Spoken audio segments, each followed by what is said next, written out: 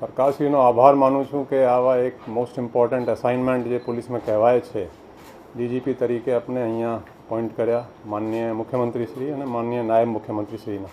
જે પોલીસની કામગીરી છે એ આપણે કહેવાય છે કે જે મુખ્ય કામગીરી આપણે જ્યારે ટ્રેનિંગમાં પણ શીખવી અને પછી પર પ્રિવેન્શન, ડિટેક્શન અને investigation of crime and maintenance of law and order, એટલે ગુનાને અટકાવવાનું, ગુનાને શોધવાનું, એની તપાસ બરાબર થાય અને લો એન્ડ ઓર્ડર બરાબર રહે.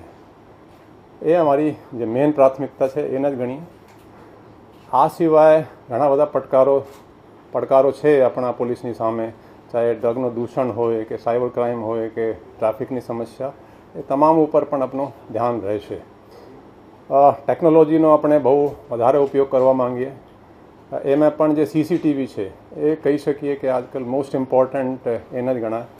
આપણે અમદાવાદ શહેરમાં લગભગ 3 વર્ષ જેટલા આપણે જુલાઈ 2023 એન્ડમાં જોઈન કર્યા હતા. તો લગભગ 3 વર્ષના સમયગાળા દરમિયાન લોક ભાગીદારીથી 24,000થી વધારે સીસીટીવીઓ લગાવ્યા હતા. અને અમદાવાદમાં સરકાર શ્રી દ્વારા કોર્પોરેશનના અને બધા મિલાવીને લગભગ 4,000 સીસીટીવી છે. તો અને આજે લોક ભાગીદારીથી લગાડેલા 24,000થી વધારે સીસીટીવીને 3,000થી ઉપરની સીસીટીવીની ફીડ પોલીસ સ્ટેશન લેવલે પણ આપણે લઈએ અને કંટ્રોલ રૂમમાં પણ લઈએ. એટલે આ લોક ભાગીદારીથી જ થયા છે. તો એ આપણે ફર્સ્ટ પ્રાયોરિટીમાં અમુકમાં જે અમુક પ્રાયોરિટીમાં આને પણ આપણે પૂરા સ્ટેટમાં જે અમુક સિટીઝ છે લોક ભાગીદારીથી વધારેમાં વધારે સીસીટીવી લગાય એ આપણે પ્રાથમિકતા રહેશે. આનાથી તમારો જે પ્રિવેન્શન ઓફ ક્રાઇમ પણ થશે, ડિટેક્શન ઓફ ક્રાઇમ પણ થશે અને જે ઇન્વેસ્ટિગેશન છે એટલે આ તમામમાં આ બહુ કારગર ઉપયોગ થશે.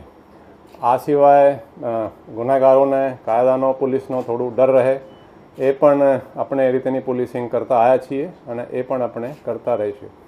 આ સિવાય જે પબ્લિક ગ્રીવાન્સ રિડ્રેસલ સિસ્ટમ છે એટલે લોકોને પોલીસ સ્ટેશન તેમજ જિલ્લામાં જ એ લોકોનો જે કંઈ ન્યાય છે એ ત્યાં જ મળી જાય, એ લોકોને અહીંયા સચિવાલય સુધી કે ડીજી ઓફિસ સુધી કે ઉપરી અધિકારી સુધી નહીં આવવું પડે એ રીતેની પણ આપણે એફર્ટ્સ કરીએ, વ્યવસ્થા ગોઠવીએ. આ આપણે અમુક પ્રાયોરિટી છે. ડ્રગના દૂષણ જે વધી રહ્યા છે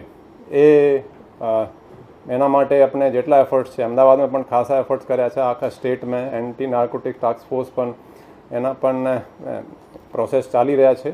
એ શરૂ થશે તો એ ડ્રગ્સના આપણે ખાસ પ્રાયોરિટી આપવાના છીએ. આ સિવાય સાયબર ક્રાઇમ પણ એક મોટો પડકાર તરીકે ઊભો થઈ રહ્યો છે. અમદાવાદમાં અમને એમના કન્ટિન્યુઅસ ટ્રેનિંગના પણ સિસ્ટમ ગોઠવ્યા છે. ત્યાં સાયબર ક્રાઇમમાં ડિટેક્શનના માટે બરાબર ડિટેક્શન થાય, વધારેમાં વધારે ગુનાઓ પણ નોંધાય, એ પણ આપણે પ્રાયોરિટી છે. તો આ અમુક પ્રાયોરિટી છે. આ સિવાય એડમિનિસ્ટ્રેશન પણ ઇમ્પ્રૂવ થાય. જે બધા જ પ્રાયોરિટી છે ડીજી ઓફિસમાં ખાસ કરીને વહીવટ થોડું એડમિનિસ્ટ્રેશન બરાબર ચાલે એ પણ આપણે એક પ્રાયોરિટીમાં રહેશે.